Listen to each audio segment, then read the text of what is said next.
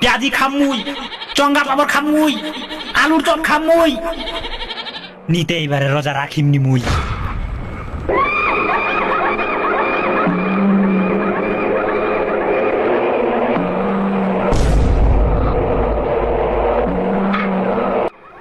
এইলা এইলা আমার ঘর দুয়া কি পাঠাইছে, মুই পোকান খাম বাইশা এলা ছাঁচি দিলেন না। ঘরের লোকলা মুখ দেখাই দিলে নি, ওটা তো ঠিক আছে। এবারে রোজা রাখবার থানে কমসে কম মোর থানে পাপড়লা তো পাঠ ফালাগে, পেঁয়াজিরা তো পাঠ ফালাগে। এই বাইশা পোকান লাখাই মুই কেন রোজা দিম? কে মোর থানে এলা পাঠালে? কার বুদ্ধি ধরে ঘরের লোকলা মোর থানে এলা পাঠালে? এলা পাশুতি জরুর আসমার হাত, জরুর আসমার হাত। খুব কষ্ট পাইতাছি। আল্লাহ তুই রহম করিস। চাদরটা দে, এই পোকান চাদরটা দে। দেখছেন কত খান্তির লাগেছে। বাপরে বাপরে, একটা খুঁটার বাক্সত পোঙানলা পাঠাইছে।